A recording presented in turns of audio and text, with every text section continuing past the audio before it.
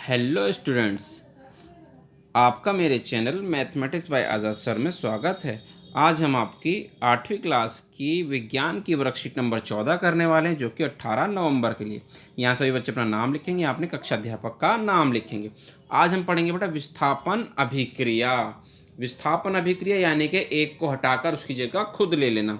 और हटा किसी को कौन सकता है? जो ज़्यादा अभिक्रियाशील हो, जो ज़्यादा एक्टिव हो, वही दूसरे को हटा सकता है। ठीक है, तो हम देखते हैं। अभी तक हम जान चुके हैं कि कुछ धातुएं अधिक अभिक्रियाशील होती हैं तो कुछ कम क्रियाशील होती हैं। कुछ ज़्यादा अभिक्रियाशील होती हैं, कुछ कम अभिक्रियाशील होती हैं, और कुछ धातुएं तो किसी से भी अभिक्रिया नहीं करती हैं। अब हम धातुओं की अभिक्रियाशीलता के बारे में विस्थापन अभिक्रिया की मदद से जानते हैं। ठीक है जी, कि अभिक्रियाशील हैं या नहीं है। विस्थापन अगर विस्थापित कर पाती हैं तो ज़्यादा अभिक्रियाशील है, अगर विस्थापित नहीं कर पाती हैं तो कम अभिक्रियाशील है। कहता इसके लिए आओ एक क्रियाकलाप करें। 100 ml के 5 बीकर लें और उन पर ABCDE चिन्हित करें। ABCDE लिख दें। प्रत्येक बीकर में 50 ml लीजिए, 50 ml जल लीजिए। ठीक है जी। प्रत्येक बीकर में दर्शाए गए पदार्थों में से प्रत्येक का 1 चम्मच डाल दीजिए। देखिए, ये आपको पदार्थ दर्शाए हुए हैं। कहता है एक एक सबके अंदर 1 चम्मच इसका डाल दीजिए 50-50 ml में। ठीक है, ये जैसे कि आपको दिखाई दे रहा होगा। और हम देख लेते हैं। ये कहता है बीकर ए में कॉपर सल्फेट डालिए और उसके अंदर जिंक का एक टुकड़ा डाल दीजिए। बीकर बी के अंदर कॉपर सल्फेट डालिए और लोहे की कील डाल दीजिए। बीकर सी के अंदर जिंक सल्फेट डालिए और तांबे की छिलन यानी कि कॉपर डाल दीजिए। बीकर डी में आयरन सल्फेट डालिए और तांबे की छिलन डाल दीजिए। बीकर ई में जिंक सल्फेट डालिए और लोहे की छिलन डाल दीजिए। ठीक है, ये तो देखिए कहता है इन बीकरों को बिना छेड़े हुए कुछ समय तक रखा रहने दीजिए और अपने परीक्षण को लिखिए।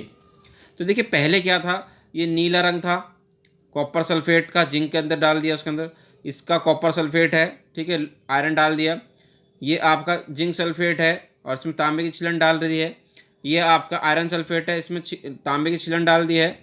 और ये आपका जिंक सल्फेट, इसमें लोहे की छिलन डाल दी है। ठीक है, तो हमने पाया कि जो आपका कॉपर सल्फेट था, जिंक था, तो ये कॉपर नीचे बैठ गया और जिंक सल्फेट ऊपर आ गया। कॉपर सल्फेट जो था वो आपका क्या बन गया? जिंक सल्फेट बन गया और कॉपर नीचे बैठ गया। और रंग में क्या हो गया? रंग भूरे रंग का हो गया। ठीक है जी। उसी तरह से आपका जो है कॉपर सल्फेट और लोहे था तो क्या बन गया? लोहा सल्फेट बन गया और आपका कॉपर नीचे बैठ गया। ठीक है, बाकी आपने देखा जिंक सल्फेट की तांबे की छिलन से करी तो कोई अभिक्रियाशील नहीं हुई, नो चेंज हुआ, कोई बदलाव नहीं आया। यानी कि तांबा जो होता है वो जिंक से कम अभिक्रियाशील होता है। जब आयरन की तांबे से करी तब भी कोई अभिक्रिया नहीं होती, यानी कि तांबा भी क्या होता है? आयरन से कम अभिक्रियाशील होता है। जब लोहे की जिंक से करी तब भी कोई अभिक्रियाशील नहीं हुई, शीलता नहीं हुई, कोई अभिक्रिया नहीं हुई। यानी कि कॉपर जो आयरन होता है वो जिंक से कम अभिक्रियाशील होता है। तो देखते हैं बेटा नीचे क्या लिखा है। कहता है प्रेक्षण ए, क्या कहा बेटा? प्रेक्षण ए में जिंक कॉपर सल्फेट के विलयन में से कॉपर को विस्थापित कर देता है। देखा, जैसा कि आपने भी देखा, जिसकी वजह से कॉपर सल्फेट का रंग कैसा होता है? नीला, अदृश्य हो जाता है। नीला रंग जो था कॉपर सल्फेट का वो क्या होता है? अदृश्य हो जाता है। और बीकर में पैंदे पर कॉपर का भूरा पाउडर जमा हो जाता है, क्योंकि वो बन जाता है कॉपर सल्फेट और कॉपर नीचे बैठ जाता है। ठीक है, बीकर ए जैसे कॉपर सल्फेट था, जिंक के साथ अभिक्रिया आई तो क्या बन गया? हमारा जिंक सल्फेट बन गया और कॉपर अलग आ गया। ठीक है, बीकर बी में लोहे यानी कि आयरन ने कॉपर सल्फेट के विलयन में से कॉपर को क्या कर दिया? विस्थापित कर दिया। लोहे ने क्या कर दिया? कॉपर सल्फेट के विलयन में से कॉपर को हटा दिया, विस्थापित करना हटा दिया और उसकी जगह खुद आ गया, आयरन सल्फेट बन गया हमारा। ठीक है, कहता हमने देखा कि बीकर सी डी ई में कोई अभिक्रिया नहीं होती, जिसकी वजह से उनमें कोई परिवर्तन नहीं हुआ। जब अभिक्रिया नहीं हुई तो कोई परिवर्तन नहीं हो। यहाँ नियम यह है कि केवल अधिक अभिक्रियाशील धातु कम अभिक्रियाशील धातु को उसके जलीय विलयन में से विस्थापित कर सकते। जाहिर सी बात है, जो ज़्यादा अभिक्रियाशील होगा वही कम अभिक्रियाशील को क्या कर पाएगा? विस्थापित कर पाएगा। ठीक है, लेकिन कम अभिक्रियाशील धातु अधिक अभिक्रियाशील धातु को विस्थापित नहीं कर पाती है। तो देखिए, जिंक सबसे ज़्यादा अभिक्रियाशील है, आयरन उससे कम है और कॉपर उससे भी कम अभिक्रियाशील है। तो देखिए, स्वयं को जांचिए। प्रश्न आगे बेटा, पहला प्रश्न देखिए, कहता कॉपर विलयन और कॉपर का रंग कैसा था? तो हमने पढ़ा बेटा, कॉपर का विलयन का रंग जो था वो नीला था और कॉपर का रंग आपका भूरा था। तो देखिए बेटा इसका आंसर क्या है।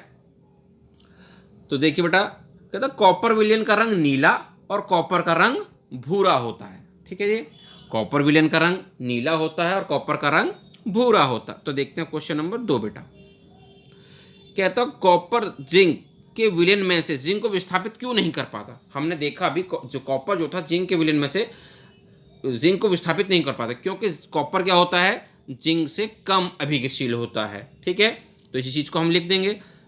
क्या लिख देंगे जी, देखिए कि कॉपर जिंक के विलेन में से जिंक को विस्थापित नहीं कर पाता है क्योंकि कॉपर जिंक से कम अभिक्रियाशील होता है। ठीक है कि इसलिए वो उसको विस्थापित नहीं कर पाता है।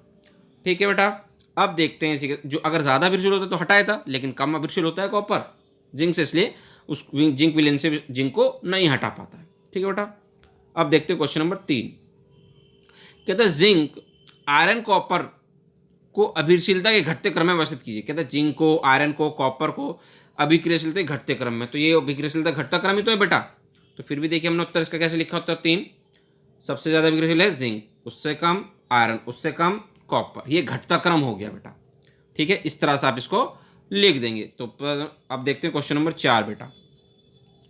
कहता क्या होता है जब लोहे की कील को कॉपर सल्फेट के विलेन में रख देते हैं। जब लोहे की कील को हमने कॉपर सल्फेट के विलेन में रखा था तो क्या बन गया था बेटा, लोहा सल्फेट बन गया था और कॉपर नीचे बैठ गया था। ठीक है, तो देखिए क्या है ये लिखा उसका उत्तर।